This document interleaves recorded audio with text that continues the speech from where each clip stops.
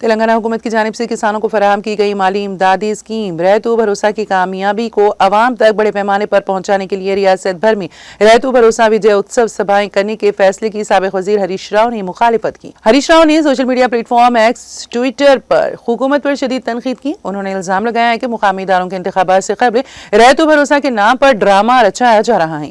ان کا کہنا تھا کہ گزشتہ 19 ماہ میں کسانوں کو نظر انداز کرنے پر کانگریس حکومت کو کسانوں سے معافی مانگنی چاہیے۔ ہریش راؤ نے الزام عائد کیا ہے کہ انتخابی منشور میں فی ایکڑ 15,000 روپے دینے کا وعدہ کیا گیا تھا، لیکن حکومت نے محض 12,000 روپے دے کر کسانوں کے ساتھ دھوکہ کیا ہے۔ انہوں نے کہا کہ پچھلے خریف اور ربی کے دونوں سیزن میں ریتو بھروسہ اسکیم کی رقم ادا نہیں کی گئی، لیکن اب انتخابات کے پیش نظر کامیابی کا جشن منایا جا رہا ہے، جو کسانوں کے ساتھ ایک اور فریب ہے۔